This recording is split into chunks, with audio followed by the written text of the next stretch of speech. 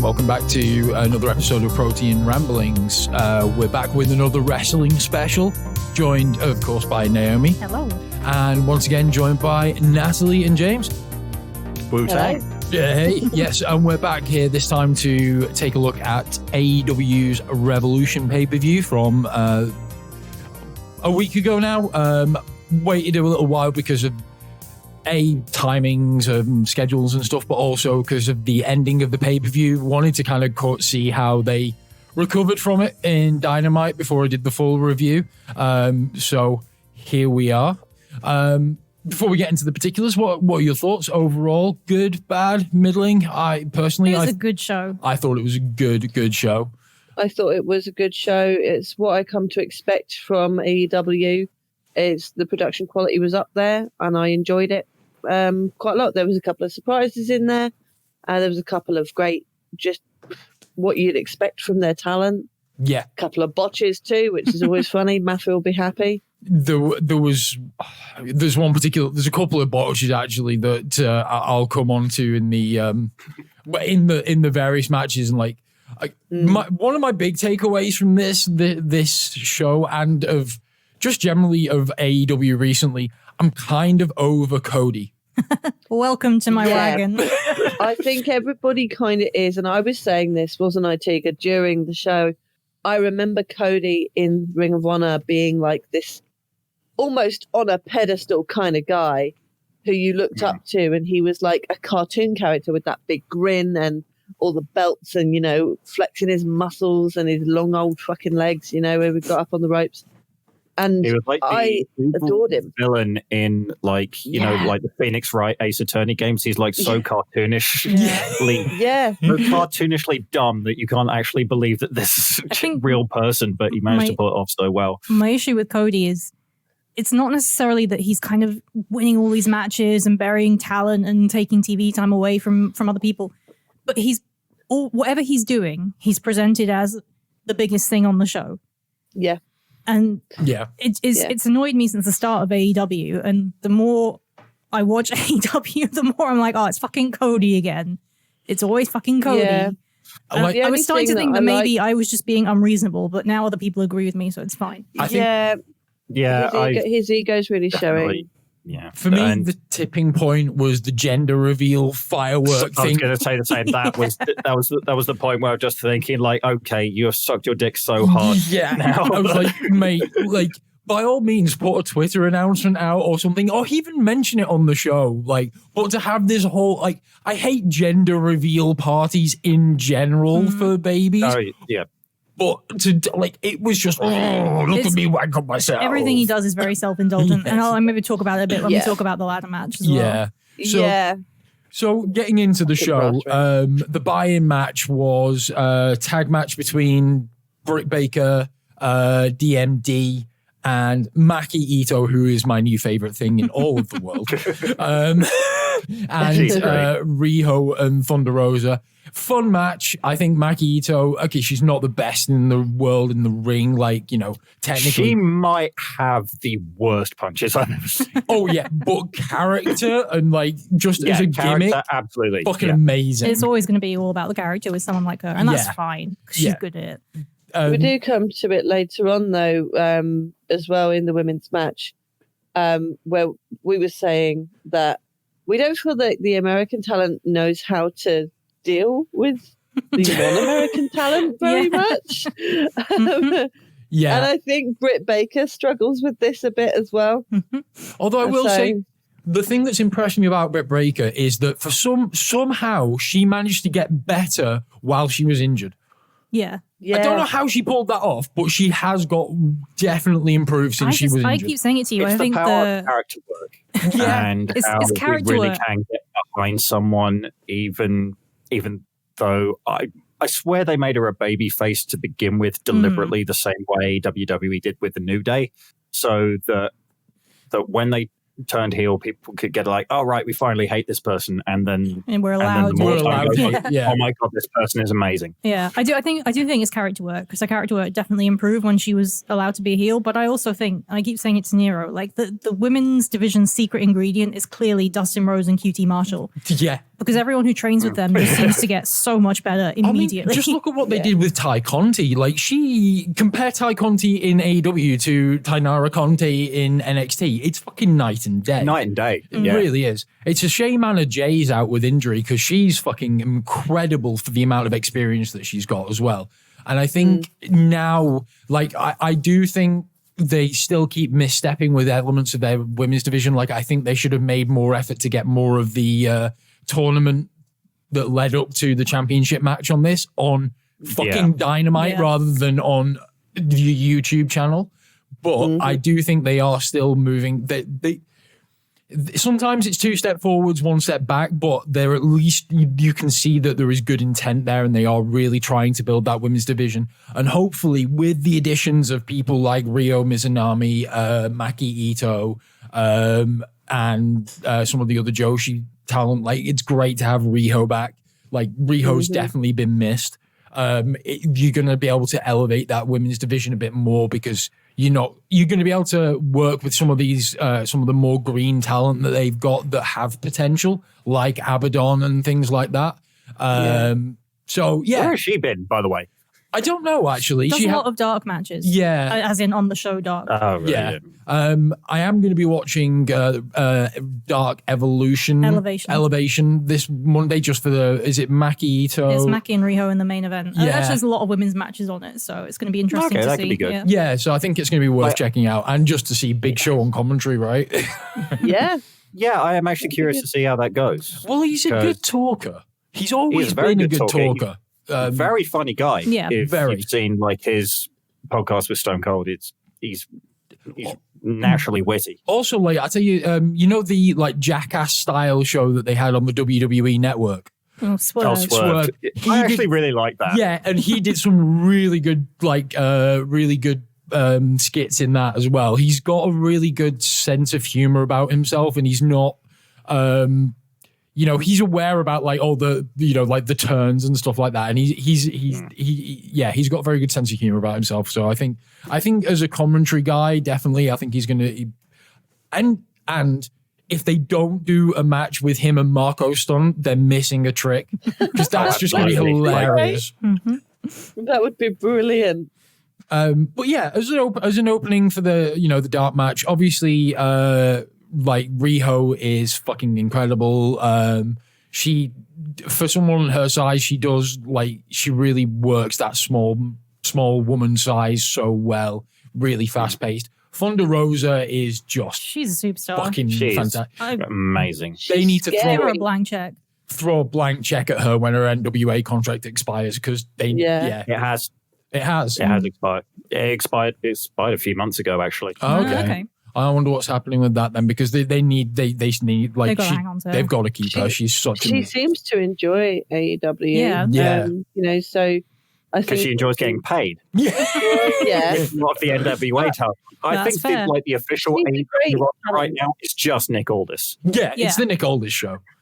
Yeah, pretty much. But yeah, I thought it was a good dark match. Nice to get to the women out there. Like I say, Maki Ito, really one of my faves.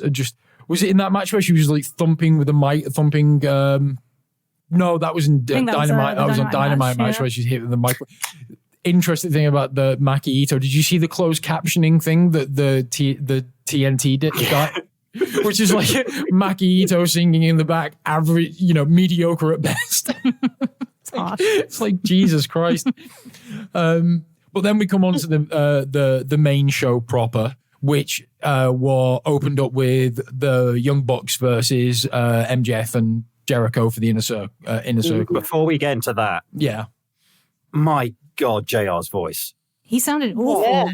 He sounded like shit. But then it was magically okay again. Like, he was fine for the rest of the show.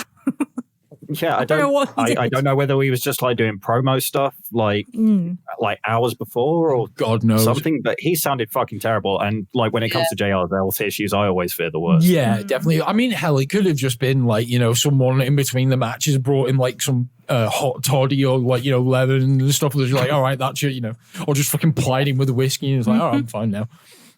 But or just gave him a bottle of his own barbecue sauce. I didn't write much about this match. I mean, I love watching MJF work. I love Jericho. I love the Bucks. Yep. It's a decent match, nothing special. I did put, though, that Jericho can't take bumps anymore, and I think he knows it, and he was playing to that in this match. I do think there was one, the drop kick, the springboard drop kick that he did off the ropes. That was really good. Like, I was just like, no, go, Jericho, you've still got a little bit in your bag. But now I know more about Jericho, the person, and like, you know, his like anti-mask open up and like, you know, COVID views and political views. I find it harder to enjoy Jericho. I'm in a weird place with it where like I still enjoy Jericho the wrestler, but that irritates me. Yeah. I'm like, why are you so good at this? It's annoying. But it'll be the same when I watch Flip Gordon again as well. Flat Earther is different. Flat Gordon. There's a massive difference between Jericho and Flip Gordon. Yeah. Jericho's just like older, a little bit right wing. Flip Gordon's gone fucking insane. And Jericho still donates to a lot of important good causes, you know? So I think I think it's one of those things where you have to separate the art from the artist. Yeah. Like, I still enjoy Jericho, the character on TV. Definitely. I think he's an essential part of AEW. Like, I think he's, like, it's no... they wouldn't have succeeded quite as well as they did if they hadn't had him on board. I think he has now made MJF in a way that Cody didn't quite do. Yeah, I think he's made a lot of people as well. Like, he made Orange. He made... Like, obviously, coming into the Dynamite stuff, like, the baby face turn for Sammy is going to be huge. Yeah. I will say, Bucks, obviously, the Bucks are amazing. They've always been amazing. But the thing that I really realized, obviously, between this episode, this pay-per-view and Dynamite, is the Bucks are both the best opening match wrestlers in the fucking world and also some of the best main event wrestlers in the fucking world. They work at both ends of the show so fucking well. Yeah, it was what they you absolutely deserve their hype. You know, they absolutely deserve to have their egos because they work bloody hard and they are bloody brilliant. It's what you need for an opening match. They are probably the best self-made story in wrestling, and without a doubt, like there are a lot of Young Bucks naysayers because, you know, they can't figure out whether they're heels or faces. They just do the same spots every match. But those spots are still awesome. They're consistent. They get over. The crowd react. What is wrestling apart from getting a crowd reaction and getting over, right? And they do it every fucking time. But the same people who moan about the Young Bucks doing the same spots all the time absolutely love Brock Lesnar and his 5 fucking F5s every single fucking match. So, this is true. Yeah. Like, you know, it's a bit of hypocrisy going on here. Completely. You may have noticed that the entire IWC is garbage, right? Yeah. We're hopefully just projecting like a nice reasoned, measured voice into the IWC community right now. I'm fully aware that I'm a prick. So yeah, I mean, same. I will rag on WWE till the end of time. Even when it's a good show, I'm kind of like, but yeah, I thought as an opening, like the proper opening tag match, really good, nice, fast paced.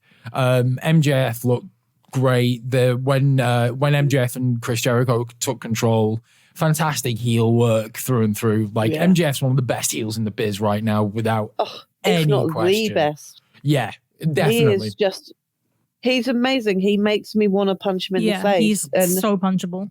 But not at the same time, I love him. Yeah, it's not like The Miz where you do just want to punch him and get him off your screen. Yeah. It's like, no, you are a detestable heel, but you're so damn good and compelling that I want to see you get beat up. I don't want you off my screen. I want you on my screen, but I just want to see you get your comeuppance kind of thing. It's It's an interesting point. I was sorry for interrupting, but there's an interesting point that I heard on a podcast, another wrestling podcast recently. I forget which one, but it's like, how can people like the MJF and hate the Miz?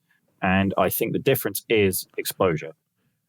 And also, Miz has been so overexposed, and there is only a set number of people who he can work with and look good. John Cena and Dolph Ziggler. Yeah. That is pretty much it. Oh, no, he's good with Daniel Bryan as well. Like, his matches, D-Bryan makes anyone look good. Mm-hmm. Yeah.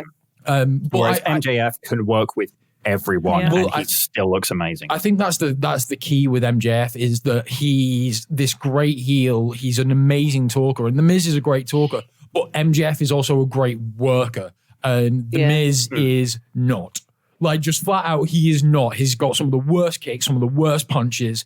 He's not a good worker. He's an average worker at best. He's got a decent finish, and he cannot hit it good to save his life. And it's got a great name as well. The Skull Crushing Finale is a great name for a finisher. It's just, But when he's on fire talking, he is great. But yes, promo. Yeah, definitely. But like I say, overall, really good opening match. Good heat. Got the crowd hype. And yeah, I don't see them taking the belts off the Young Bucks until they do the Young Bucks and Good Brothers match. Because the belts are staying on them until they do that, I think. I think they're probably going to stay on them after that. Very possible. It's very possible. If they do a title for title. I honestly see that match happening, and I see the Bucks winning. I think that their Instagram post recently of just Matt and Nick sitting outside the Cracker Barrel on their little rocking chairs. It told a story. Yeah. Like, we're the only ones left. Yeah, good point. Fuck anybody who says the Young Bucks can't do storytelling. Yeah, exactly. Obviously aren't paying attention. This has been years and years and years in the making. It went from all of the Elite and Bullet Club like sitting outside on the rocking chairs, and now it's just the two of them. Yeah. And the fact that they've managed to keep it going through multiple promotions over so many years, and people still are invested. Yeah, exactly. That's prime fucking storytelling right there. Yeah. Yeah, whereas Hangman's in the territories, of... you didn't get this much storytelling between promotions. No, whereas Hangman's posting pictures of him in the Dark Order. Having a little ride on lawnmower moment. The segment on Dynamite was fucking fantastic. I got emotional when the Dark Order came out with Hangman on the pay-per-view. I was actually like, oh man, like, they're all such good friends. I fucking love it. I just love that the Dark Order have become this ultimate babyface faction now. It's fantastic. They're still spooky perverts, though. But so the next match we come on to was the Casino Tag Team Royale. Fucking whatever they want to call it this week. It was a Tag Team Battle Royale. It started off, it got better and better as it went on. Like, obviously, we started off with the Natural Nightmares and some other guys. Yeah.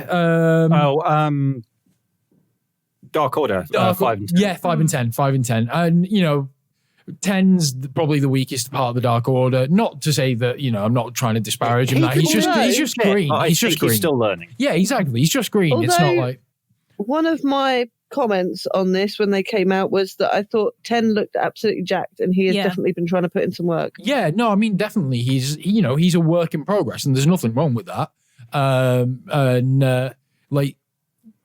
QT is solid. Dustin is solid. So, I mean, it wasn't fucking great. He's in the best shape of his life at 50. I know. It's incredible to see. And you want to talk about somebody who can work with anyone. Yes. Dustin, you can put him in a match with fucking anyone and he can work. Dustin can work. That's bottom line. And he's proved that throughout his entire career. I know a lot of people look back on Gold Dustin. One exception.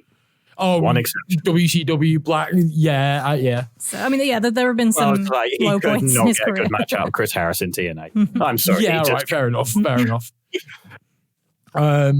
But as the match progressed, obviously we got more people in. Like Jungle Boy running wild was fantastic. Yeah, that was great. Who else came in? Obviously we had Death Triangle because ultimately Phoenix went. I didn't even mention the. No, we did mention who it was. The Young Bucks retained. Fuck it, what am I about? But yes, putting Ray Phoenix in a match automatically raises the quality. Yes, so there's that going. I'm fully on the Ray Phoenix hype train at the moment. Like he's just match after match after match is just fucking outstanding. Yep, and there are two big takeaways I took from this match. Number one, where the fuck have Bear Country been? Yeah, they're amazing. Loved them. Talk about a good version of Heavy Machinery. right? You know, just big, and I burly. love heavy machinery in Yeah. NXT, but like this is like oh my god, they've actually given them the ability to be big fucking guys and show how fucking powerful they are. They were just bulldozers, weren't were they? great. But then Grayson picked one of them up. That was really That was impressive. Stu Grayson still really underrated. Like people that don't know the Smash Brothers from like back in the day just don't realize how great those two are as a tag team. But yeah, I thought the only match of this I ever saw before they got to AEW was when they had a brief stint in Ring of Honor and they had a match with Steen and El Generico. Yeah, and yeah, that was a great good match. But overall, I thought the match built like you would expect a good battle royale to do. The final 5 minutes of the match where you had it was Jungle Boy, Phoenix, Pac, and John Silver. Like, yeah, that was a great final four to have. John Silver, conceivably, all four of those guys could have won. Yeah. Like John's, Hungy. Sure, you want to see like Hungy. John Silver and Pac in a singles match. Yes, John Silver and Pac as a singles match. Just the little jacked guys throwing each other around. Yeah. And I think they worked really well together when they did have their spots in that battle royale, like with Hungy just powering kicks into Pac as he's up against the ropes and just Pac dying. It was fucking great. He is an absolute joy to watch. I really enjoyed the fact that when Silver and Reynolds come in, it's like just all out powerhouse moves from Silver. Mm-hmm. And then we had like the great lucha things happening from Phoenix at the same time. And there was just that great moment. I still think Death Triangle's a really stupid name though. I think it sounds better in the Spanish. I was saying this earlier to Naomi though. We've got the Inner Circle. We've got Death Triangle. That means MJF's faction has to be something square, right? Four square. Yeah. It's going to be four square. Well, are they doing some kind of Illuminati shit with this? Like it's all just shapes now. Yeah, maybe this is a long-term plan for like those babies' toys where you put the shapes in the holes. They can have like the Inner Circle hole for Death Triangle. Yeah. But I think also what this match made me really want to see was a singles match between Phoenix and Jungle Boy. Yeah. Because I think that was really good. Those two have got real chemistry and they can just bounce all over the place. It's like fucking watching Elastic Men just jumping all over the shop. I've never seen anyone have quite the poise on ropes that Phoenix has. Like, I can't remember who it was eliminated, but he just runs across the top of the rope and just punt into someone's face to eliminate. That was when he eliminated Silver. Yes, it was Silver. Yeah, just absolutely yeeted him. Like it's so good. Amazing. So yeah, overall, one of the better battle royales I've seen in a long time. I like that it wasn't dragged out too much. Yeah. Like, it went a good length. Yeah, just enough time for everybody involved to have a decent little spot of their own, but people were eliminated in good time. There wasn't too much time wasting that WWE really like to do in their battle royales. I mean, it was 26. It was like nearly 27 minutes. Which, if you consider the amount of teams involved, the fact that they were spacing out, like with the Royal Rumble, they were spacing out the entrance coming in.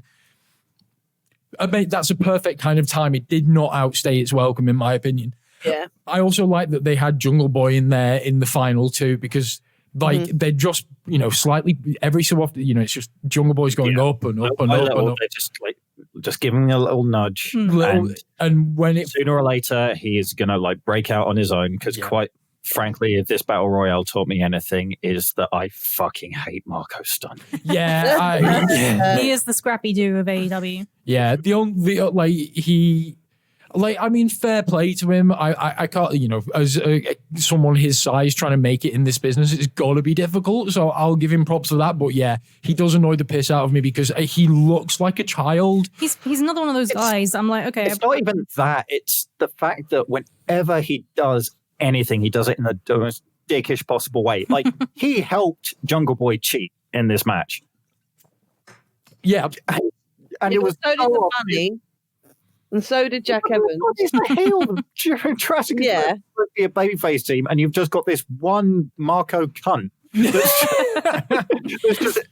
That's just like, oh, I'll stop you from getting eliminated. And then he eliminates Evil Uno in what was one of the worst botches of the night. Oh, yeah. Naomi pointed that out. That Hurricane Rana, and then Evil Uno's just like, I guess I'll run into the post now. I was not expecting this, but I need to get out of here somehow. Yeah. I think Marco's one of those guys. He's another one of those guys that, like, okay, I appreciate that you're doing your best, but I don't really want to see you do it. Yeah, that's it. I blame Brian Alvarez for it, because that period of time where everyone he wrestled, as soon as he wrestled them, they got signed to AEW. Because he wrestled Orange Cassidy, got signed to AEW. Wrestled Jungle Boy, got signed to AEW. Wrestled Marco Stunt, got signed to AEW. Yeah, so it's Brian Alvarez's fault completely. But yeah, so obviously Phoenix won that match by eliminating Jungle Boy. Which means that we are going to get Pac and Phoenix against the Young Bucks. Which that'll be an interesting match. That's going to be a fucking barn burner. Like, if anything, if the Matt Jackson Phoenix singles match from Dynamite this week is anything to go by, it's going to be a stonker. You throw Pac into that mix? Yes, please.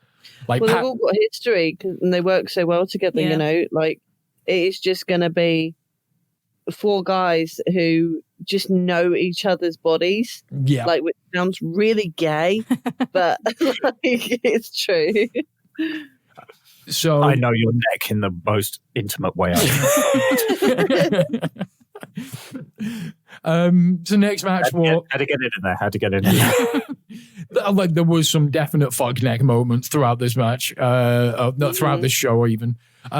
Next match was the women's championship match between Hikaru Shida and Ryo Mizunami. I really enjoyed this match, with one exception, which I do agree with you. It did have Gargano Cole levels of false finishes towards the end. It was a bit too long. Yeah, I think they could have wrapped it up a little bit earlier. But in terms of, it was a good Joshi match. In terms of women's matches on AEW, it's in the top echelons of... It's definitely the best match Shida's had since being champion, and like, her run has been... It's been mixed bag, but she's had a mixed bag of opponents to work with, and I think they've tried to make the best of what they had. It's nice that she had someone Japanese to defend to, so we could get some real fucking Joshi. Yeah. Well, Mizunami has such great energy that I think Shida had a lot to work with there. Doesn't she just look like the female Okada with the jacket and everything? Oh, right? yeah. She's like someone cosplaying as Okada. Right? Yeah. I love her glasses as well. I love Anarchy. I thought as well, Shida looked absolutely beautiful. Yeah, she looks fantastic. It was amazing. And I think I will forgive some of the false finishes and the kind of like length of the match, because if you know, obviously, the backstory of Shida, which and Mizunami, which they really tried to get across. They've got such a long history, and Shida's never beat Mizunami. So if this was in like the promotion where all those matches had taken place, you could actually say, know that all those are extra false finishes, and that would have really heightened it. But for most people, they don't really know beyond what the commentary team put across in the match and what was built up leading into the match about their history. So it's I like, that's where I think they could have maybe cut out like 3 or 4 false finishes at the end, and had a little bit of a tighter match. But striking was fucking fantastic. It was a real hard hitting match. I think Mizunami, like, that leg drop looks fucking like it's a leg drop. It should look shit, but it looks great when she does it. That was like a Bull Nankano level. Yeah. So I thought that was a really solid women's championship match. Hopefully, this means that as well they're going to be elevating that women's division a bit more. They need to keep Maki Ito on. They need to keep Mizunami on. I do think Nyla Rose is improving massively as well. She was very sloppy to start with, but she has definitely got I think they recognized that though from the beginning, which is the difference between, again, shitting on WWE, but the difference between WWE and AEW.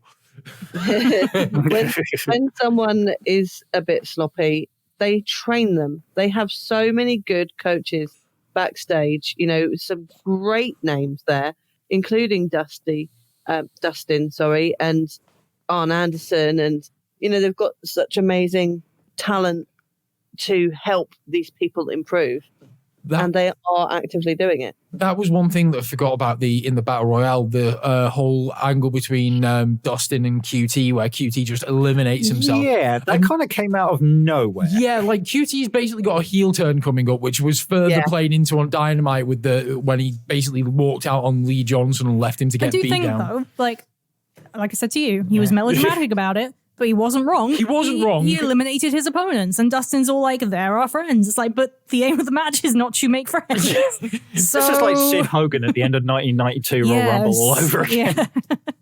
Yeah, it was a bit. And there was that one spot, like I know we're going back a little bit, but there was that one spot as well where Phoenix did the dive through the ropes, and one of the refs is like, "You're out," and like Audrey had to be like, "No, middle rope. No, oh, my God, that everything's landing. Fine. Oh, that made my arsehole pucker. That's the second time he's fucking done that. He did it on Dynamite the week before as well. He's just like... He loves doing it. Yeah, just like he apparently likes the feeling of a guardrail up his ass. We're not here to judge. Well, no. But yeah, so Hikaru Shida does retained on the women's match. And like I say, yeah, it was a really, really fun match. Even though it did probably went a little bit longer than it needed to, I think it was still a very good match. I mean, it was like 15 minutes, which, you know, is not bad length for a title match at all. Yeah. But I think it was just the sheer number of false finishes right at the end. They could have probably gone around 13 minutes and still had a great match, and it just felt a bit tighter. Yeah. Well, better than some of the matches they've done when like it's gone like 2 minutes longer than it should have, rather than 5 minutes longer than it should have. The next match, I think, went as long as it needed to. Like it was over in 7 minutes. Like I am done with. I'm done with this feud. I'm so done with this feud. Everybody is done with this feud because that's why it was short. Yeah, but they're having another fucking match. So we're so this match was Orange Cassidy and Chucky T versus the Best Man Miro and Superbad Kip Sabian. And I fucking love Kip Sabian. Has he always been that hot, or was it just me, like, on that paper? I think he's always been hot. He's been that hot. Yeah, he's always been that hot. No, he's definitely always... Hang on a second. There's a reason Penelope Ford hooked up with him, right? You know? He's a pretty man. Joey Janela or... Yeah. It's definitely an upgrade. No offense, Joey, but got a little bit of a pot belly going. Maybe sort that out and get your hair done, and you know you'd be all right. But look at us perfect specimens of humanity here, picking on Joey Janela's physique. Come on now. I think this match had some really good, like it just, they threw it in from the beginning. Miro crazy. And Miro continues to be crazy, and even after the bell, Miro continued to be crazy. Can we talk about that like interview a little bit before the actual match? Because yes, please do. Like they did one of my favorite bad spots in like interview segments before a match or like after a match, like when a wrestler's being interviewed and they get Pearl Harbored from the front. Like they can visibly see someone coming and a surprise attack happens before their very eyes. I love that shit because it is so funny. It's like, well, I've got about 5 seconds before he actually gets here, so... It's like the Roman Reigns fucking golf cart thing. It was like, you tell me you didn't see that shit come, the ref's like, I should tell it. He'll be fine. He'll be fine. But yeah, so they get attacked before the match, and like fucking Chucky T was bleeding like a stuck pig by the time they got out of the ring. Yeah, that looked painful. I felt sorry for him. I do think that they are trying to tell a story with Miro, because there was the point where Kip was out, like Penelope got bumped, and Kip was out like checking on Penelope, and Miro just grabs Kip and throws him back in the ring to make the tag. I assume there's going to be a breakup there eventually, because Miro needs Monster Miro, which is what I think this match created, doesn't need Kip Sabian and Penelope. And I think Kip and Penelope are going to work better as baby faces. Like Penelope's just a pure baby face. Like she's just going to be a great baby face. And I think Kip could be a really good babyface as well. He does smarmy heel pretty good, but he's just so cheeky and likable. And I guess that's maybe because I'm British and he's British, and I always have a soft spot for the Brits, you know, like the Brits are always my guys. Like, we must be the good And guys. technically, he is our local boy. Yeah, he's Norfolk, isn't When he? you think about it. Norfolk. Yeah. Like, because he trained at WAW in Norwich with the Knight family. So. Yeah, it's a local boy does good. Yeah. This is a local agree boy for local people. I do agree, though. I do think Monster Miro is coming out. Like I say, in the fact that he threw Orange into Penelope. Yeah. And then that Just didn't give a shit. Submission at the end, and the bell goes, and he's just looking into the camera. It's fucking crazy. Yeah. He's great. As a big brute, he's great. I love what they're doing with him. Yeah. They're using him so much better than anybody has previously. I have enjoyed like the jaw jacking that he's done to Chucky T. Like, I was going to send you to the moon. I was going to send you to the moon. And I'm like, what? By making him his butler. It's just like, You don't know what career opportunities there might be as Miro's butler. it just really made me laugh, and it was just some really good character work from. He's great, and I think maybe when he first appeared, people were a little bit disappointed that like, okay, they're putting him with Kip, who's a mid-card who hasn't really been on TV much. They're doing this weird gamer gimmick. It's not what we want from Miro, and I think they've slowly kind of pushed him into that monster territory, which I think is where he's going to really excel. Yeah, because it gets Kip to where they want him to be as a babyface, and then it gets Miro to where they want him to be as this monstrous character, which he's so good at. Yeah. Talking of like, it doesn't come up at this point of the show, but might as well talk about it now because it kind of bleeds into what we're talking about. So, what is your thoughts on Christian Cage as the big new signing? I mean, I love Christian Cage. Yeah. I don't think WWE ever really took him seriously as a main event singles, and like I loved his run in TNA. Yeah, completely. I thought he was fucking fantastic. They used his TNA entrance, didn't they? Well, it's an amount. It's like good on him. Yeah, it is basically rip off Evanescence. He's great, and it is actually an Evanescence. It is actually Evanescence. Okay, that'll be why it sounds like rip off. He's this is a really pretentious thing to say, but he's a wrestler's wrestler. Wrestlers talk about how good he is. Booker T said that WWE have really dropped the ball by letting him go. Well, he's got so much to offer. It's because Vince didn't like his face, which is he ridiculous. was creepy little. He's got a great face. That was stupid. Like, yeah. He was part of one of the best looking tag teams of the 90s in Edge and Christian. Glorious blonde hair. Like, he actually looked better when he cut his hair. Yeah, and that's definitely. very rare for a wrestler. But like both Edge and Christian, they've got grizzled, but in a good way. Yeah, like they look good these days. Both of them do, and I think they've got 3 TLC matches under their belt. They've been through the wars, and I think I like if they're positioning him for a match with Kenny Omega as well. I think that should be really fucking interesting. And it's something completely new. It's I was reading an excerpt from an interview with Christian from a few years ago now, where he was saying the first time he watched a Kenny Omega match, he just could not focus on it because he was so excited thinking of all the things he could do if he wrestled Kenny Omega. He's like, I had to stop, I had to walk away and clear my head, and then I had to try and watch the match again. So that gives me a lot of hope for what they're going to do, because I think the next 2 matches for Kenny are going to be Cage. And who else did they set something up with? Eddie. They're going to blatantly do a Kenny Eddie Kingston match. Yeah, but I love Christian. I've always loved Christian. He was like my, as a child, I would watch Edge and Christian on WWE. Yeah. And my mum fancied him, so it was always that kind of. He was always a really big part of wrestling for me growing up. It's good to see him in AEW and away from WWE, and I really think it's a big fuck you to Vince, which I'm all for a big fuck you to Vince. There should be more big fuck yous to Vince, definitely. I think as well, because I've heard a lot of the IWC being like, it was a letdown, that pump about Hall of Fame career. It's like, no, motherfucker has had a great career. He's just never gotten the recognition from the company he did most of the work for. You're never going to make that vocal segment of internet fans happy. You know, CM Punk said on the night, "It's not me," and people were still bitching that it wasn't him afterwards. Yeah, like also playing. Like, I'm really glad. I don't want CM Punk to ever show up in AEW. I really don't. I don't want his jaded worldview infecting that locker room. Do you know what? Yeah. Everyone loves CM Punk, right? Or, like, a lot of people that I know who are wrestling fans really like CM Punk. I can't stand the bastard. He was a very zeitgeisty wrestler. Let me expand on that a little bit.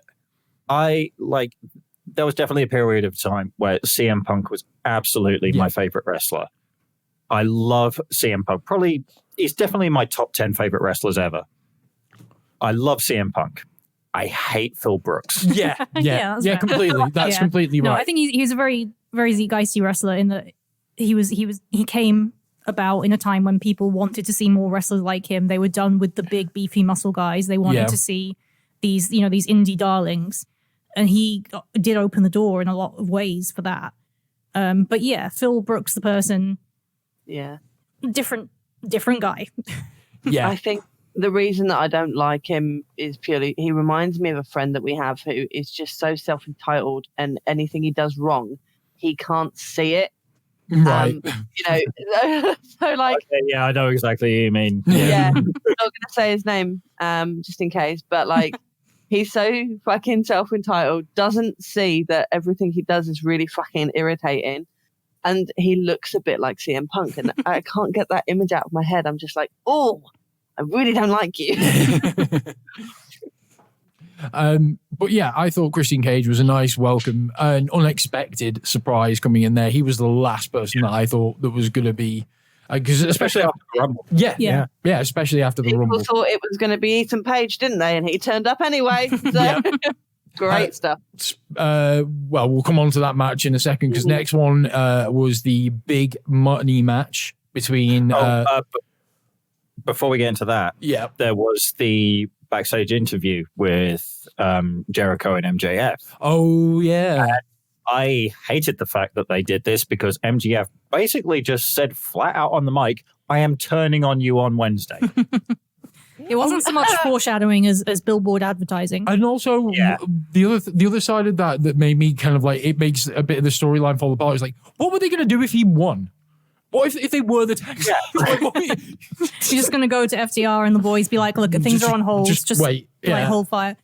Yeah. But also, like we were saying, eventually, but not today. Also, what would he have done if the Inner Circle had agreed to turn on Jericho? Well, that's easy. You just have a bigger stable, right? Like, all my boys now. But the way they're framing this is that this is basically the new Four Horsemen, and my God, am I fucking sick of in wrestling of people trying to recreate the Four Horsemen. That's why I said I really hope whatever there was a time and a place for it. It happened. It's past. It was the greatest faction of all time. You stop it. It's been diminishing returns ever since. I really hope whatever they decide to call this new faction, it doesn't allude to the Horsemen. It just let them be their own thing. AEW purchased the right to the name the Four Horsemen. Oh, okay. Yeah. Well. So, I mean, which means that they'll eventually, obviously, end up feuding with Cody to recreate the Dusty Four Horsemen thing, because Cody, that's what's Cody's planning, right? He just wants to basically redo his father's feud. So, yeah. Well, that's AEW, especially, with every single pun that has happened with grabbing the fucking brass ring, which I hated.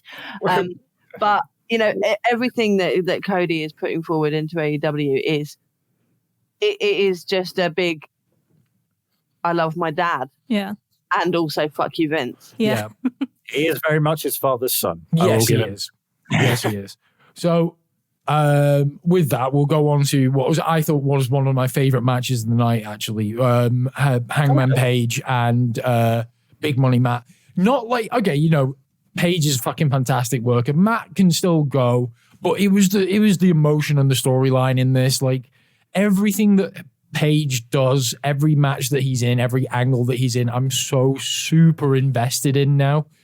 The video package for this was fucking great. Yeah. I loved his promo especially when I wrote this down, when Page said, "Matt Hardy is just a money-grabbing asshole bastard piece of shit." Yeah.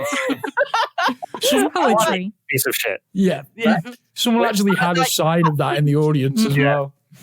I love him. It's no secret. Like, I'm, Hangman Page's biggest fucking fan, and fight me, anybody who says different. But I want his babies. But I just absolutely love everything about him as a wrestler. Yeah, I love the fact that he used to be a school teacher. Could you imagine him being your teacher? Talk about a crush on your teacher, right? Same age as me, which I find really, really strange because I'm like, oh, you're so young. Yeah, you're a baby. He's younger than me, which is depressing as shit. Half of these people are younger than me, which is depressing as shit. They're all younger than me. MJF is like 23 or 24. I know, right? Yeah. Fucking horrible. Stop it. It's just like, that's the one thing is like watching AEW, I'm like, oh no, I'm so grizzled and old. Death is upon us. Yeah. It's all right. They've got Christian to represent people like you now. Yeah. That's true. Christian, I don't know. I think I'm probably better represented by Jake Roberts. But yeah, I thought the match was really, really good. Like, obviously, having Dark Order come out at the end as well, celebrate. I thought it was really well written. Yeah. With Matt anticipating hard, with Paige's moves and everything. Like, there was really good play by both of them, and they know each other so well. That kind of writing was really, really clever. I also like, the spot with the trapping his hand in the stairs looked fucking brutal as all hell. Yeah. I thought they worked really well together. Obviously, Matt took control for a little bit, then Paige fires up and comes back. Was it Buckshot Lariat finish? I think it was. Yeah, it was the assisted ones. Dark Order helped him back. That was right. And that was just fucking fantastic. Yeah. And it's finally, it was that match that finally was like, oh no, Paige and the Dark Order, they are one. Paige realised that the Dark Order might actually be his true friends. I think that was that storytelling, which Paige is a really good actor as well. Fuck, isn't he just? When he looked at them from the corner and he went, like, it was almost as if he went, the Elite aren't here. Yeah. You guys are here. Yeah. It was good. It was a feel-good match. It really was. And I think that's one of the reasons it was one of my favourites of the night. Because, like, there were great matches on the night, but in terms of just a finish that made me smile from ear to ear. It was a big emotional payoff. Again, storytelling. Yeah. Yes. Yeah. Storytelling. And I like the company does better than so many other promotions. Hell, they've done it better than New Japan this year. Yeah. Let's not mince words. New Japan are having an off year. They're going through a weird phase. Fair play. They've got a lot of shit to kind of rejig and remove around, and they are working around injuries as well. Yeah, they're working around injuries. They're working around COVID. They're working around a lot of different things, and they're obviously trying to change things up. And little sidebar. The unification of the belts and them erasing the history. They're basically going to say the new getting rid of the lineage. Yeah. I'm not a fan. I'm not a fan. No, I'm not either. Like you had this belt for how long's the 8 years? Yeah. It's a good long lineage. I mean, if you're taking it back all the way, like the IWGB Championship back, if you like, it's because they've kept the lineage even through all the fuckery with Brock's belt and everything like that. They've kept that same lineage to just. I know it doesn't erase it from the record books per se, but because it means like when they do the championship roll call before a championship match now, you're gonna love it. It's just gonna be 5 minutes of Cota's face. I personally love that when they do that video package and they show it adds to the gravitas. Boo and cheer which champions were obviously a bad idea. And it adds to the gravitas of the match. And it's like, this is this storied title steeped in history. And they've just kind of gone, not anymore. I'm like... Imagine if the NWA said like, nah, fuck Ric Flair, fuck Terry Funk, fuck Harley Race. It's just like, we are starting at it's just Nick Aldis now. We're starting at Rob Conway. Of all the names, nobody would give a shit about that belt. Oh god, of all the names, Rob Conway. Okay, but yeah, so that's another piece of wrestling thing that's going on right now that I'm a little bit okay. I always give New Japan benefit of the doubt because long term they always seem to come up with the goods. But yeah, this year's been a bit of a when you have the likes of Naito being beat by fucking the Great Okan in the opening round of the New Japan Cup, I'm like, what's going on here? I mean, if you have I'm not a Great Okan fan. as we've discussed.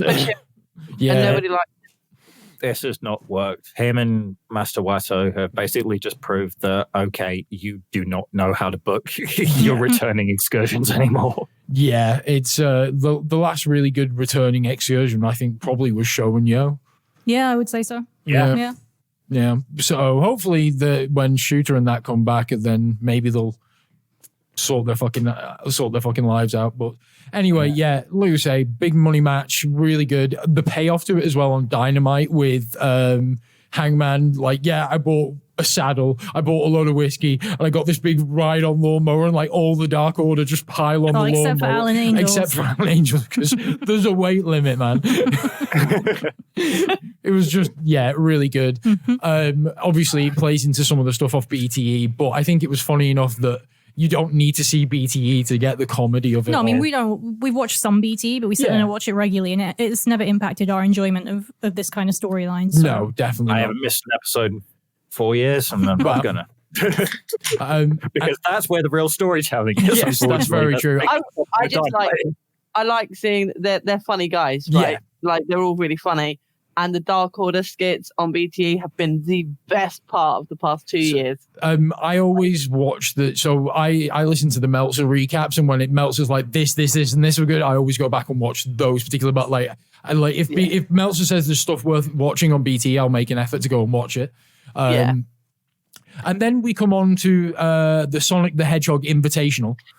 Right, I'm glad you said that. Actually, I said it first. I just didn't say it on mic. Literal brass ring, right? It just looked like the Sonic the Hedgehog ring. That's all it looked like. Or a hemorrhoid cushion. It was blatantly inflatable as well. I don't know if it was inflatable. No, it was unnecessary. You could see the seam around the edge. It was fucking inflatable. Or it was just a really, really shoddy mold. Either that or it was polystyrene, maybe. Yeah. It looked light at the end. It's definitely not brass. I think it's an example of a kind of... It wasn't even the same colour as brass. Couldn't they have got one of the, remember Gladiators, and they had the swingy metal ring? Couldn't they have just got one of, like, are you telling me you couldn't have got a metal ring from somewhere, you cheapskate bastards? I think it's just an example of like an in-joke that's a bit this too... company is run by a literal fucking billionaire. Yeah, you could have done better. Or you could have just not done brass ring. They could have just had a contract for the, a contract for a briefcase is fine. A briefcase would have been fine. It didn't have to be your smart ass. It's the Cody show. It's a BTE joke. It's a brass ring. Speaking of, like, Cody had the botch of that match for me when he went to drop kick Penta off the ladder, million fucking miles away from Penta. Are you talking about the cutter spot? No, there was a bit where Penta's climbing the ladder and Cody does a springboard drop kick into kick him off, and he's just a million miles away from it, and Penta still takes the dive. It's like, okay. But the cutter spot was also fucking awful. The thing that really bugged me about Cody in this match, and look, I'm not a Cody fan. I've never been a Cody fan, so you can take my opinions with a pinch of salt on him. But when he got injured and they were like, we have to get him out of the match, we take him to the back. And then he was just there in the tunnel arguing with Arn for the rest of it until he came back. And they kept being like, oh, Cody, he's injured, he's gone. Well, he's not gone, we can see him, but he's injured, he's not coming back, he's out. Oh no, he's still there, but he's definitely injured. Yeah. It's like, and then the last guy Scorpio had to take out to win was Cody with his one janky arm, and it's just so tiring to me. Yeah. The fact that he just sort of like came out and just like took off his weight belt and just started fucking everyone. What's going on? Who are you? Yes, that is the heeliest fucking move of heeliest moves. But yeah, if you'd have taken Cody out of this match, I think it would have given it like an extra star rating if I was giving star ratings to this match. I don't mind him being in the match. I think when live crowds come back, we will see that fans love Cody. I don't think that's a problem. But like I say, everything he does is very self-indulgent. And for me, that spot where the babyface gets injured and has to go, but then he makes his heroic return, I actually think is really overdone. It's very trite. And because he was never really off screen, it was even worse. Like the whole match, you could see him in the tunnel. You could see Arn peering out every now and then, being like, oh yeah, they're still going. Like, hold on for a sec. Talking about it as well. It's the commentary talking about it. It's the Poochie thing, right? Like when Cody Rhodes is not on screen, everyone should be asking, where's Cody? And there is no greater example of this than the 2016 Royal Rumble. Roman Reigns is defending his belt. He starts out the match. He gets taken out of the match. Takes about a half-hour break. Comes back. Yeah. And it's just like, why is everyone booing? Yeah. Just been having a nice little rest. I've just had a cup of tea and some biscuits, and now I'm here to win my match. I think with the right character, it's probably something that could work. But I think it is overdone, and it's with a character who makes himself the center of everything that's going on, even when he shouldn't be. Yeah. I think in this match, though, the standouts for me were Lance Archer was fucking fantastic from start to finish. Great big man in the to have in this match. Obviously, everything Penta does is like you've said time and again. If you want to summarize what physical charisma is, it's Penta. Like just the way he moves, he's so fucking good. He scares the life out of me every time I see his face. I'm like, oh no, he's got some of the best ring attire. Like he's got my favorite lucha libre mask of all time. Yeah. He's brilliant. He's so cohesive as a character, as everything he says, does, wears, and he is probably a really unattractive man under the face paint as well. He is. So is Phoenix. He's terrifying.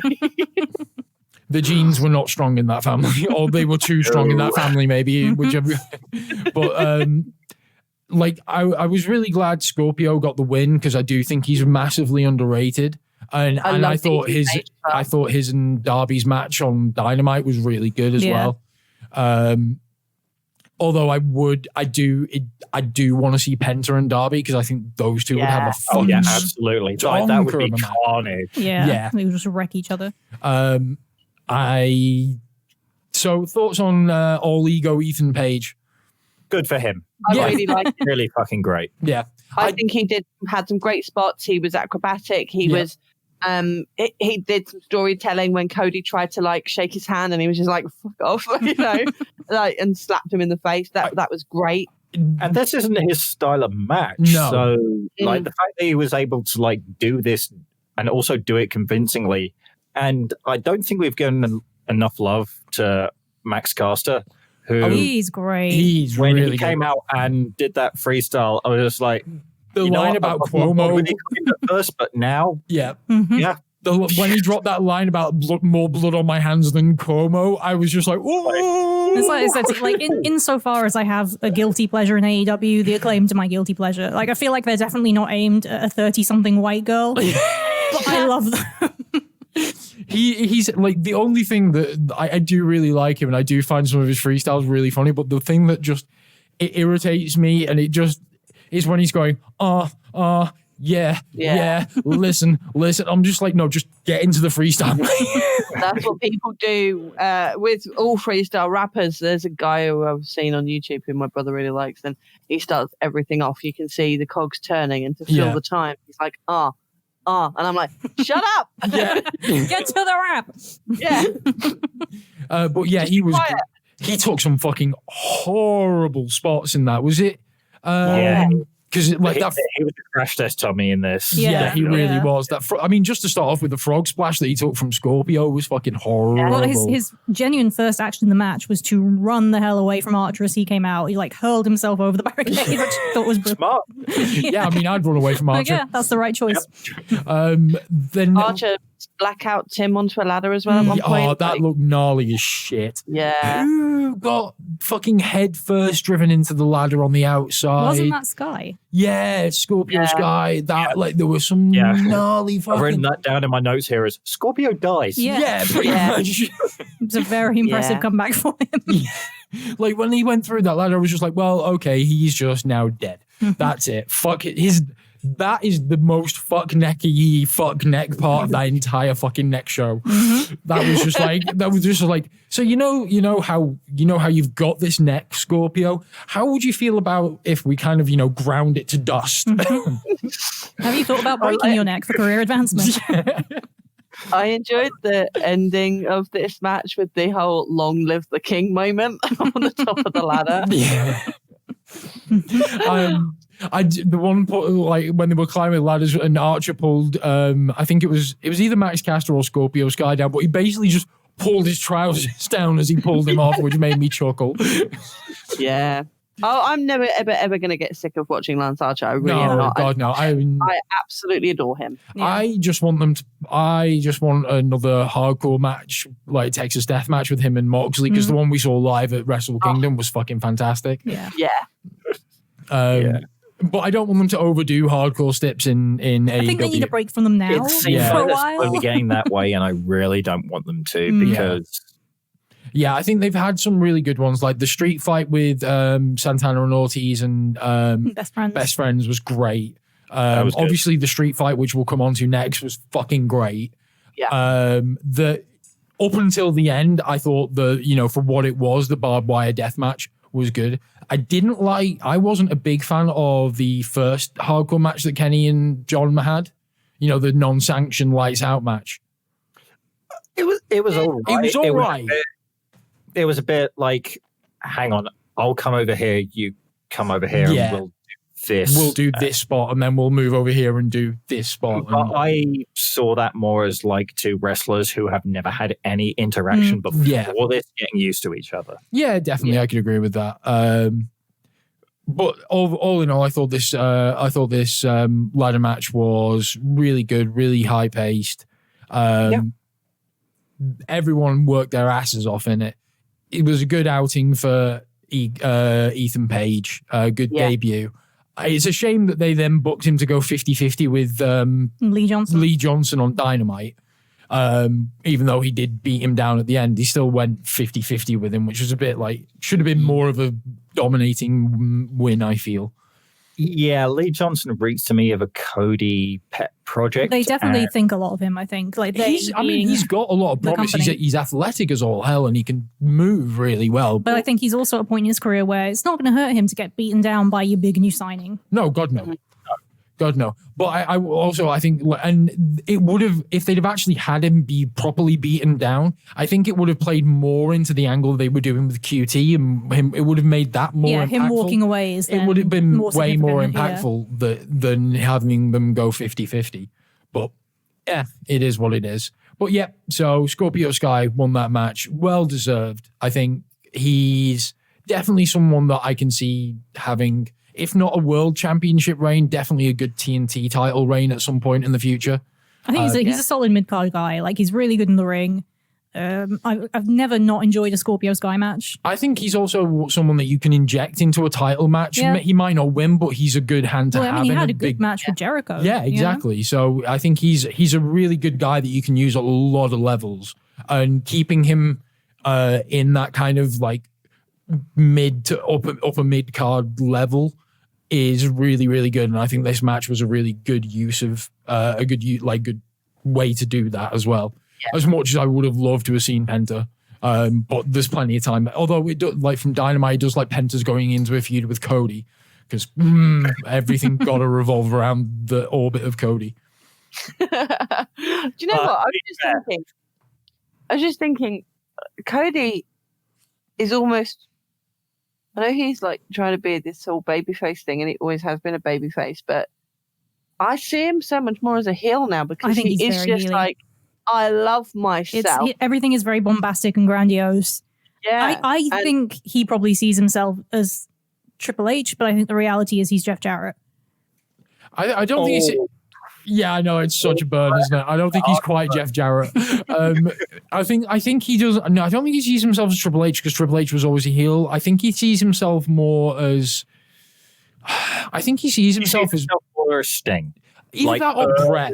He's Sting. I think either that or he sees himself kind of like Brett, like levels of babyface, Bret Hart babyface type levels. And he thinks he's better in the ring than he is. Like, his Cody Cutter is just always sloppy as shit. Yeah, as is his, what's the Dynamite kick or whatever it's called? No, the disaster kick. The disaster kick. Yeah. And the Cody Cutter is just a C-rate Oz Cutter. That's all it is.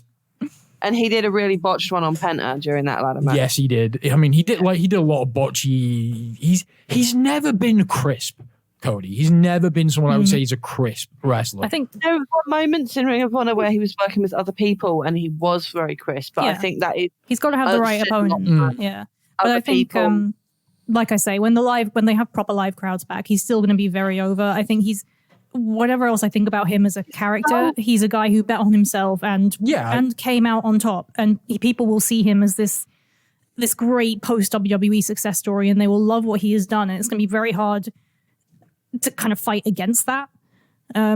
He just doesn't fucking do anything for me. He'll be a great heel when he turns.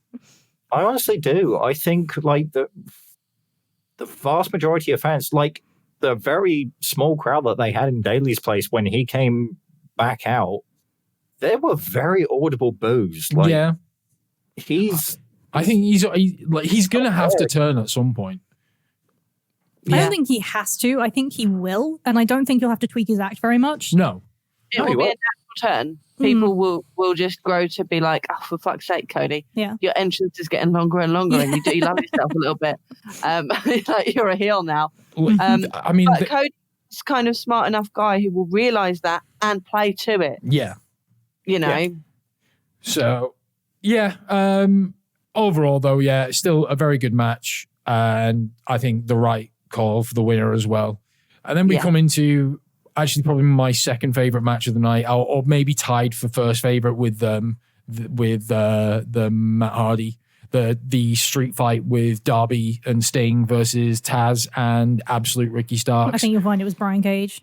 Yes. Team Taz. Yeah, no, Team Taz is Brian Cage. Taz. It would have been fucking hilarious. It would have been hilarious if it had been Taz. But I loved this. Oh, it was great. This is how you do a cinematic match well, right? Yeah. The music, the production quality, the promos at the beginning that led into the match organically. It was just it was so good. Absolutely breathtaking. Like you said, James, I completely agree. That opening section, especially where Ricky gets in the car with Brian and they drive. I immediately was just like, this is like Lucha Underground. It just reeked of like Lucha Underground direction at that point. And then obviously Darby and Sting making their way to the ring was just a music video.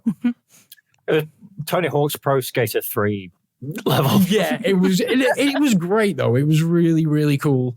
It was way better than it was like do you remember, was it the first Sold Out where the NWO arrived on garbage trucks?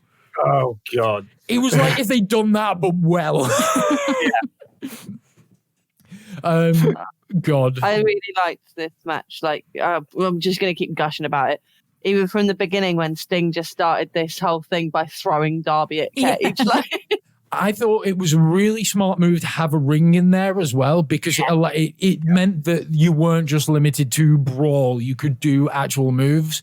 And it helps protect Sting as well. He doesn't have to take too many gnarly fucking bumps. And it's a focal point for the match to come back to, which I think is important in a cinematic match. You've got to have a story arc. It worked as well with the what was the feed, the one they did on the football field with Jericho and everyone. Yeah. Oh yeah, the Stadium Stampede. Stadium Stampede. Because there was the ring there, everyone always gravitated back to the ring. So I think that was a really good idea to utilize that same storytelling tactic again.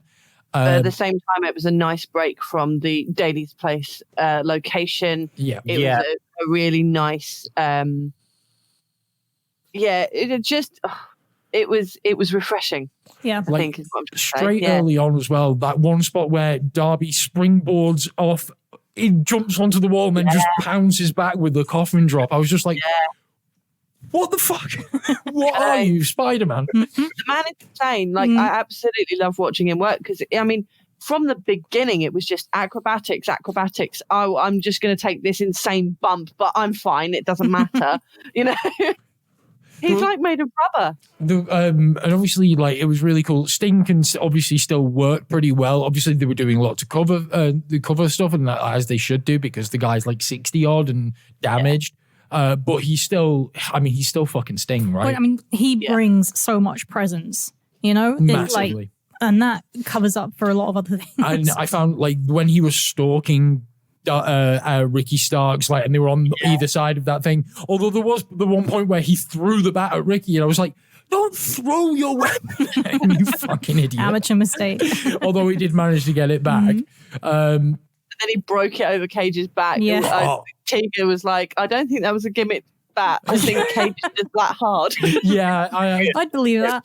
Like, if anybody got the most over in this match, it was Brian Cage. Oh, yeah. Because of just like how freakish he fucking is. Him carrying Darby up that stairwell. In Yeah. And then also like the fucking swing of Darby through that fucking glass mirror thing. That was like also when he picked Darby up and just threw him through the doors, and the doors just kind of went thump. And the camera work on that, again, I'm just going to keep coming back to the production value with this. It was amazing because she had like the shot of him being thrown and then the rebound shot of Darby's head hitting the fucking walls. And like, it was just so good. And like I mentioned before, it was actually Darby who directed a lot of this match. He was really heavily involved in the creative for this match. And Jesus, like, you need to get him on if you're going to do more cinematic matches, like, he needs to be involved because he's got a real talent for this. Oh, yeah. And I think that's soon. He's got what? He's got a movie coming out soon. Oh, really? Yeah. He talked about this. Is it like a CKY type thing, or not last year, but the year before? Like, no, he's actually working on a movie, like an actual feature-length film. Awesome. Interesting. Nice. Okay. I'll definitely watch out for that because, he's definitely got some directorial chops behind him. He does, and he really fully understands his own style. And you can see that, like, in the sound choices, the direction choices, the aesthetic of everything. It was so good. It was so perfect. Even as you just said, the sound choices, even when it came to his own theme tune for AEW, that song he's got, I felt it's brilliant. I think it's one of my favorite entrance themes in AEW. I've downloaded the song. I absolutely love it. It's great. Like, this is the only reason why I was mentioning about I would love to watch that match without commentary, because they, as Naomi pointed out as well, they'd obviously put work into a soundscape, because when you couldn't hear the commentary, there was like atmospheric sound there, and I'd really love to see the match and just like hear what they were doing with the sound design of the whole thing a bit more without having Taz and JR and everyone waffling over the top of it. I think if they've got any sense, they'll upload a commentary-free version to YouTube. I think a lot of people will probably want to watch it like that. Yeah, I think it'd be a really good shout. It's the one thing I fucking hate about the WWE network. It's just like, you give us all these fucking options. You can't give us the fucking option to turn commentary off. Because, God, Michael Cole, if anyone deserves an off button, it's that fucker. Yeah. I've honestly, like, when I did have a free trial of the WWE network, I would honestly listen to the match in Chinese. Or Spanish. Like, the Spanish announcement is hilarious. But so I probably should have done that instead. Why did I listen to it in Chinese? Or if you listen to it in Japanese, you get Funaki. Oh, yeah, true. I did want to mention... One thing I did want to mention about this match towards the end, I really enjoyed the ending of this. Sting did a code red. Yeah, I know. Like, what the fuck, right? Amazing. Right? But he definitely hit a code red. Yeah. And obviously the finishing spot that Darby did, that fucking insane dive. Oh, that drop, yeah. Yeah. Obviously there was padding and everything underneath, but fuck, it still Don't ruin the magic. He's dead. Darby Allin and Brian Cage are now dead, despite the fact that Darby on Wednesday they are both dead. Yes. They got better. They died and got better. Like Jesus. Absolutely adore Darby Allin. I think he is going to be absolutely amazing. He's throughout his one of the career. guys that from when we first started watching, from the very first show, we were like, he's got whatever it is, he's got it. He's going to be huge if they handle him right.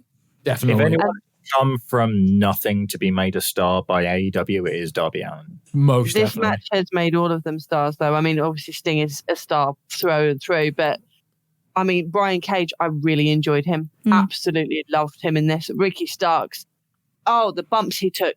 I'm so impressed by him. Yeah. He's a future TNT champion, I think. I think he's got a future world championship. Yeah, but I think I wouldn't be surprised if he takes the belt off Darby. It would be a great match. I can see that, and he's another one that's like just future megastar. They are trying to play up some similarity. Like he's got a lot of rock mannerisms about him, especially the way he dresses and stuff, which I find quite amusing and endearing. He's like a little rock light. Yeah. But Dwayne the Light Johnson. Yeah. And also like absolute Ricky Starr. Absolute what? This is for me. When an English person says absolute, they're usually following it up with an insult. Yeah, you absolute wanker. So absolutely. So every time I hear absolute Ricky Starks, I'm like, you absolute Ricky Starks. Or I see in my head, I'm always like, you absolute tosser, Ricky Starks. which is good. Yeah, he's a heel, all right. Did any of you guys watch NWA Power? Some of We them. watched a couple of episodes, didn't we? But we're not with him in. I only watched a few episodes of it, like maybe 4 or 5 episodes. But every time he was on, I was just fucking fixated on him because it's like, this guy has it. Yes, definitely. I think, and putting him in Team Taz as well was a really smart move because he's working. Taz has just got this wealth of experience to draw on. Having the big man, little man dynamic between him and Brian Cage works really, really well.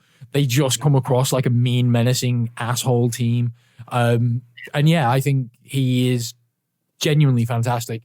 And also I can see the similar path for him in terms of going from heel to babyface that The Rock did have. Like, he's going to be this really great heel for so long because he's smarmy as shit. But he's also so good that when you do want to finally turn him babyface, it will work.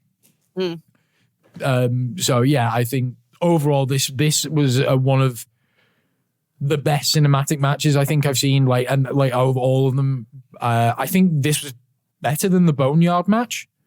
I'd have to go back and watch Stadium Stampede again to see which I preferred. Because I'm gonna go ahead and say that I think this is the time that I have most enjoyed wrestling in the past year, maybe even 2 years.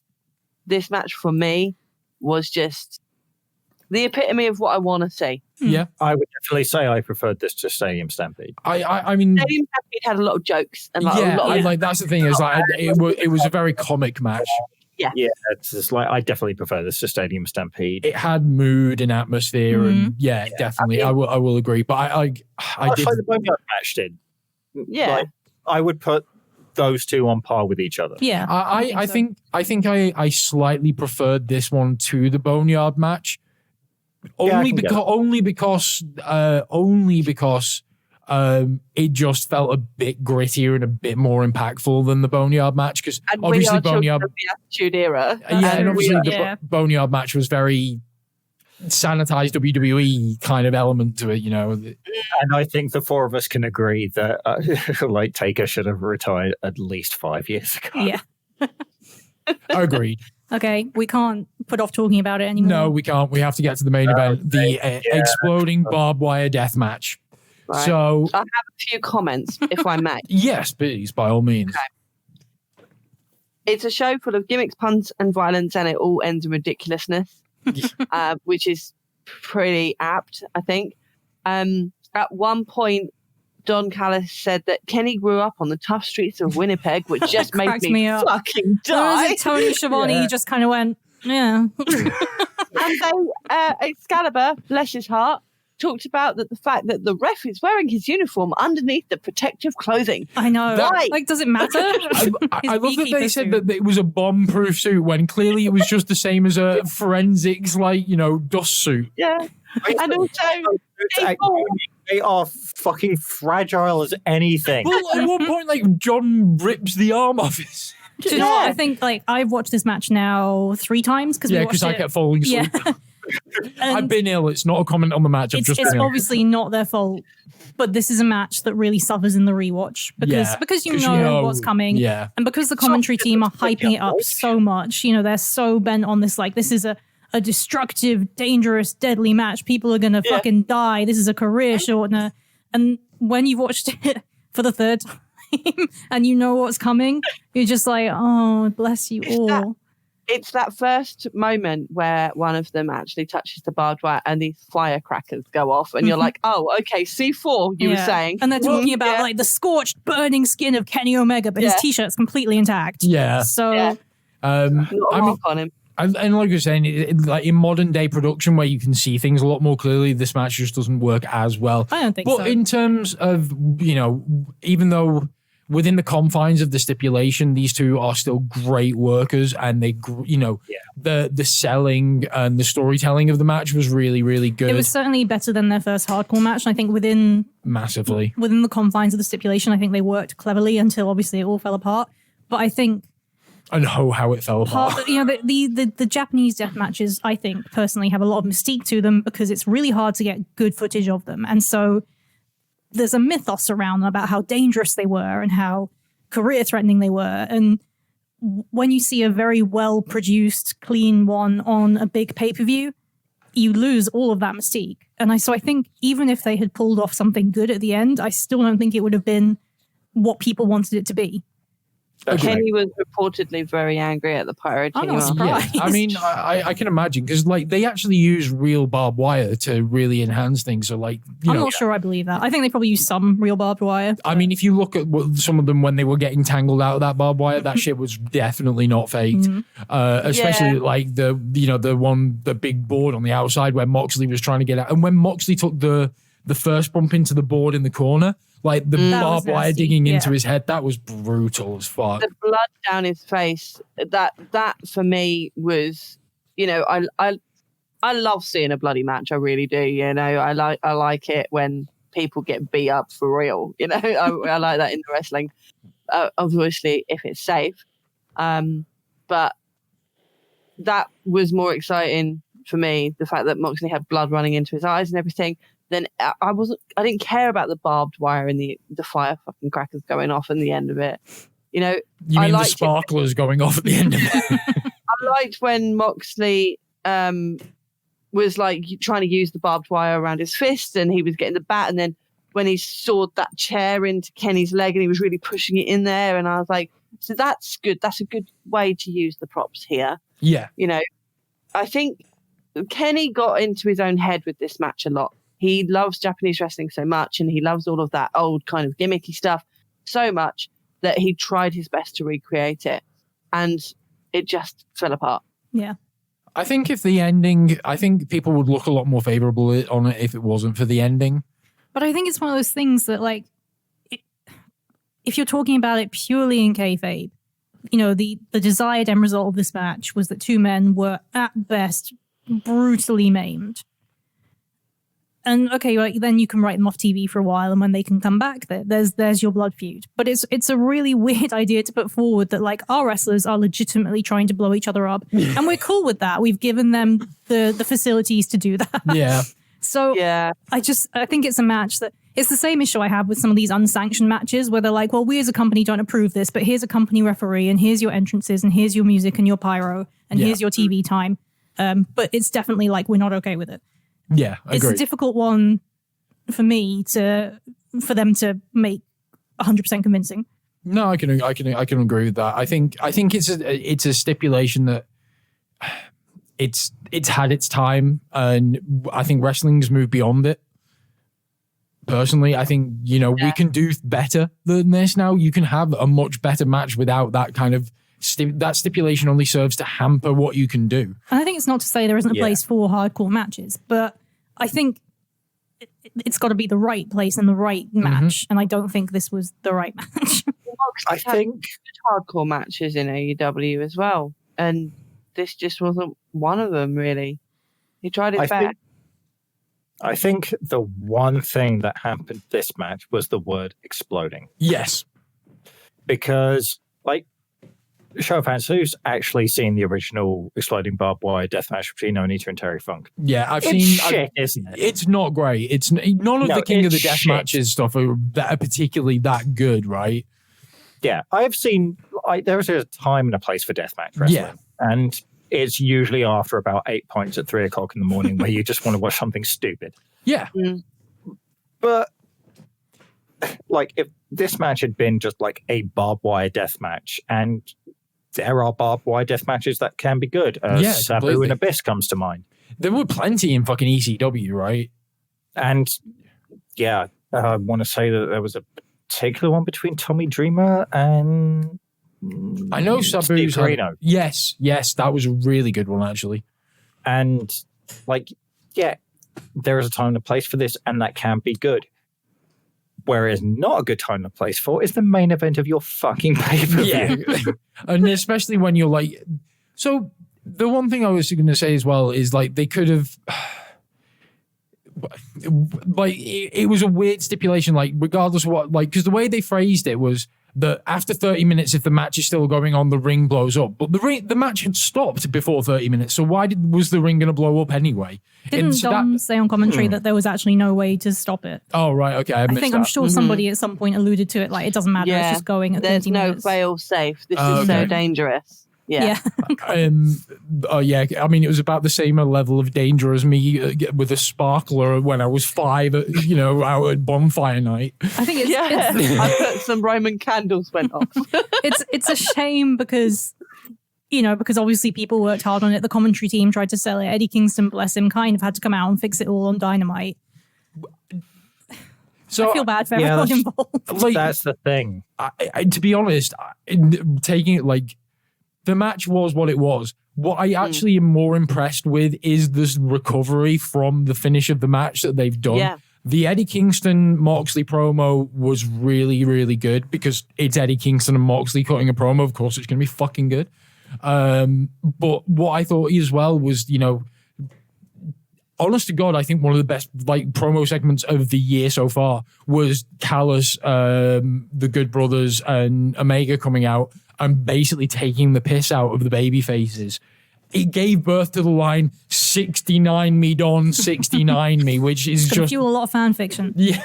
I think it was, we need more, like we need more fan fiction of Kenny Omega. I just imagine Kota on the phone going, "Fucking, what is going?" I think it was a good recovery. It was simple. People will. It's unfortunate that I think this is what people will remember about the pay-per-view because the ending of the pay-per-view. It was a really good show, top to bottom, and then it was just let down by the ending.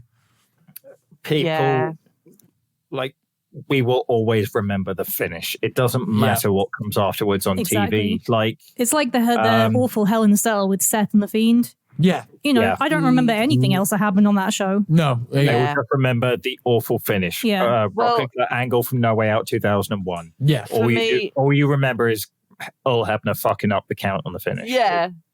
Completely. The finish, or like for one, for better or worse, the finish always defines the show. And if the finish fucks up, then your show's almost a write-off. Mm. And what defined it even worse was after that botch and Eddie Kingston in there, and and then everybody kind of like leaves. Yeah, someone in the crowd shouts refund. I missed that, which is fair. No, it was very audible as well. Man, I missed that. Well, I mean, to be fair, we switched it off pretty much as soon as it was done this time, didn't we? Yeah, so I wanted to. I think they'll make something out of it going forward. Yeah. But when people talk about this pay-per-view forever, they're going to talk about that ending. And I mean, if it was me and I was AEW, I'd be making some fucking merch just about the botch ending. Yeah. I would merch the shit out of it and I would just lean into it. I expect BTE probably will try and make some jokes out of it as well. They need to lean into it hard. They just need to lean into it hard and own it, because if you try, you don't want to do that too much though, because you want to kind of shuffle it under the rug as quickly as possible. So like they've addressed it on Dynamite. They're going to do something with Eddie and the Good Brothers and Moxley going forward. Fine, that's it. Zip it up, move on. Mm.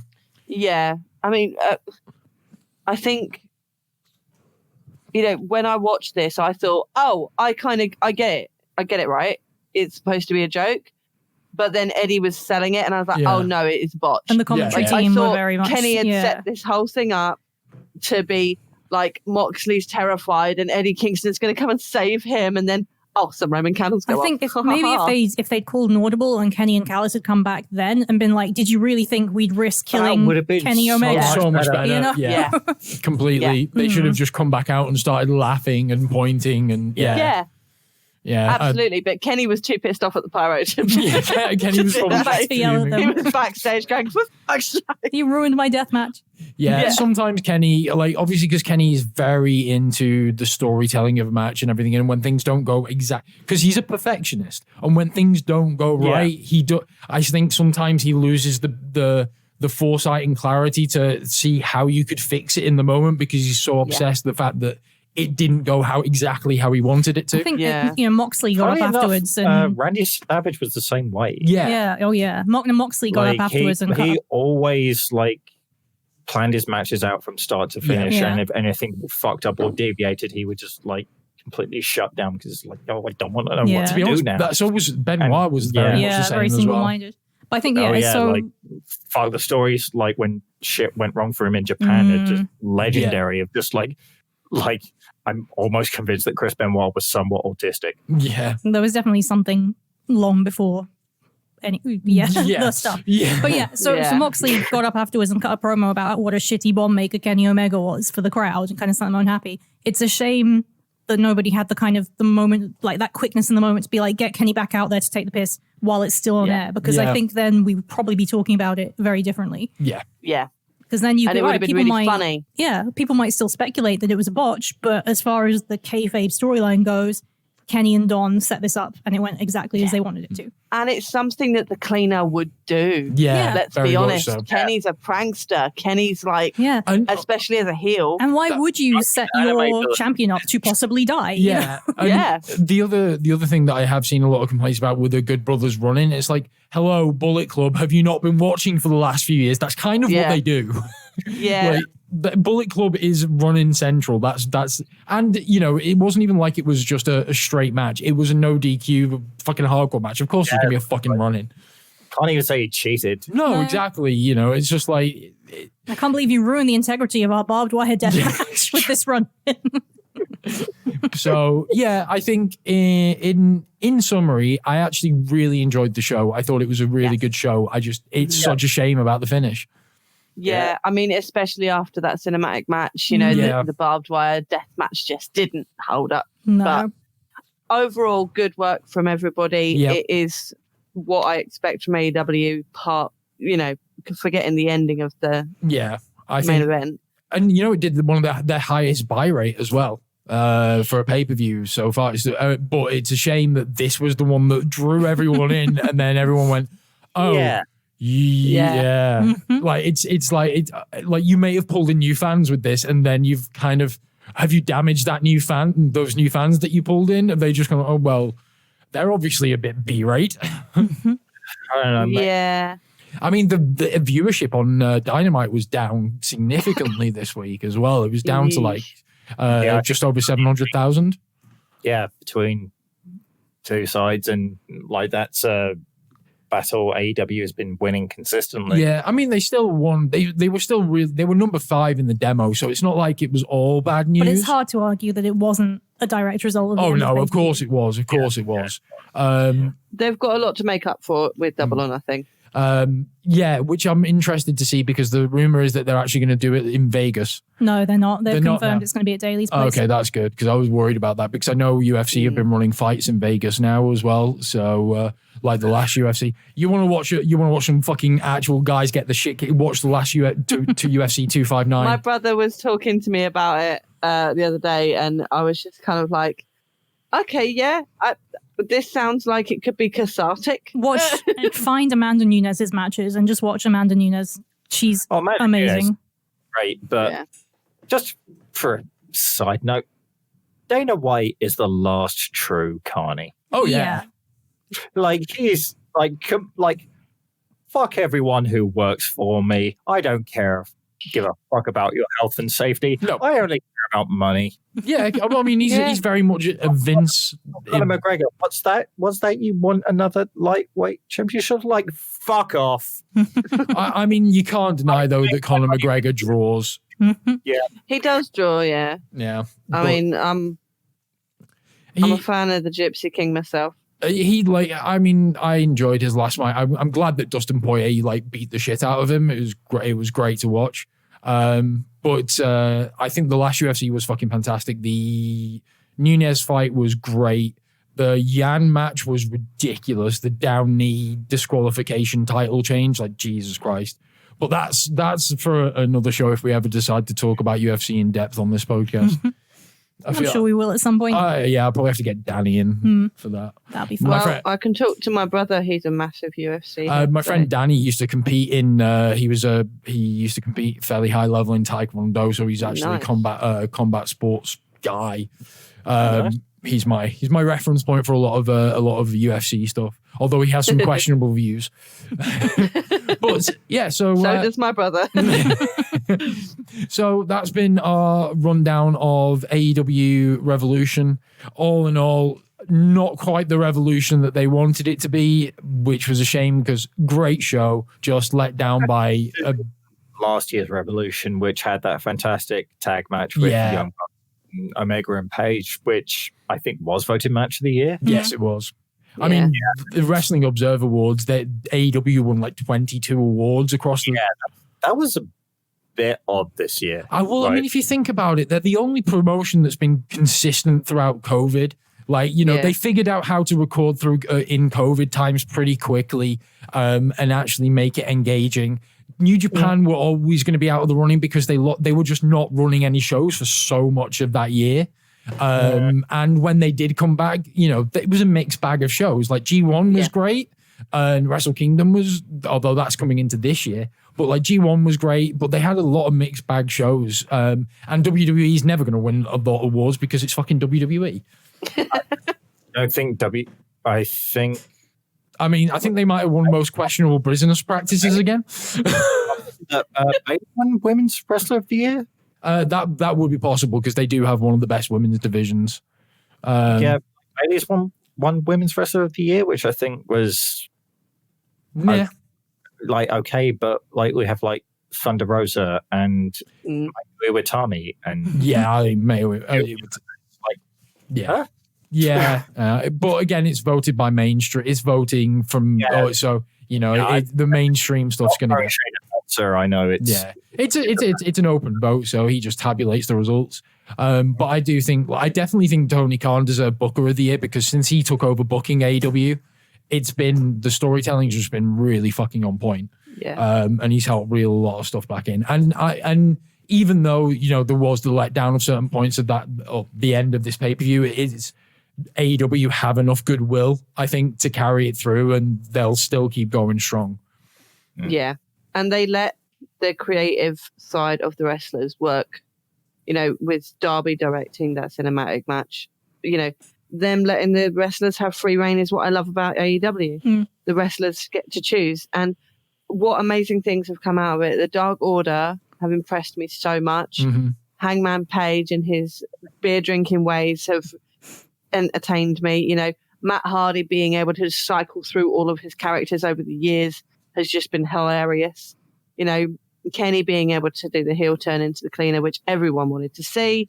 They've been able to really come into their own, and they know what the fans want most of the time, Cody excluded. But they know what the fans want, and they listen. And I know for a fact that a lot of them watch things like What Culture and Cultaholic, and they listen to what the fans are saying about them. Well, a lot of them obviously they do listen to Observer and Meltzer and the feedback that comes. Tony Khan's been on the Wrestling Observer forums for years. Like I imagine he still lurks on those boards listening to fan feedback and taking that on board. And that's one of the things about Tony Khan, because he's been such a fan for so many years. He's actually got a much better mind for the business than people give him credit for. Because he's got been the money to throw at it. And he's just been a student of the game. Like he's really learned and watched promotions over the years. So I think AEW, they can have an off show, and this wasn't even an off show; it was just an off finish to a show. But they can they can have that, and they will come back strong. And I'm really looking forward to how things build over the next couple of months into Double or Nothing. I think there's going to be some interesting title matches before then. Obviously, I think we're going to get Christian and Kenny before Double or Nothing, and we'll probably get Kenny and somebody else. No, fucking came out and saved Moxley. Eddie. We'll get Kenny. I reckon we'll get Kenny and Eddie before then. So I think there's definitely a lot of it.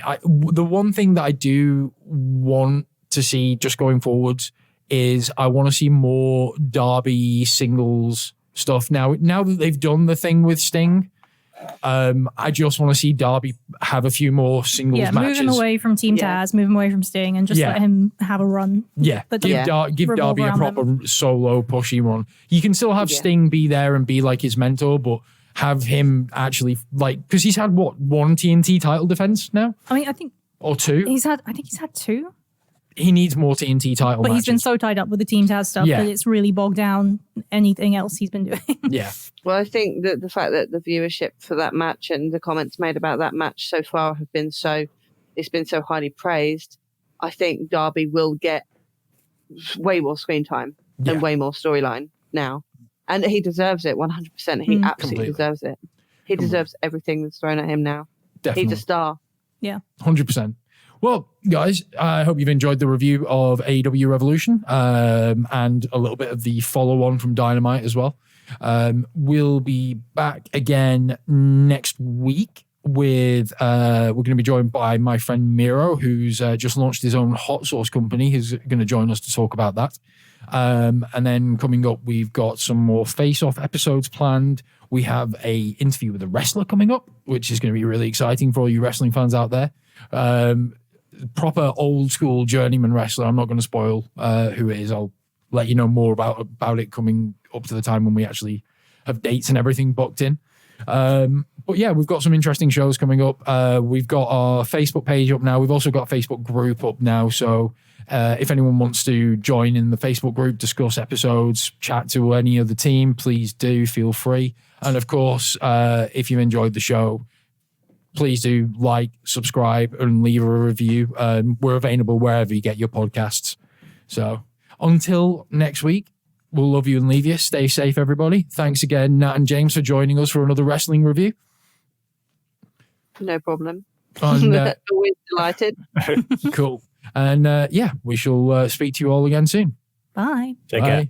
And fuck next. Fuck next. Fuck next.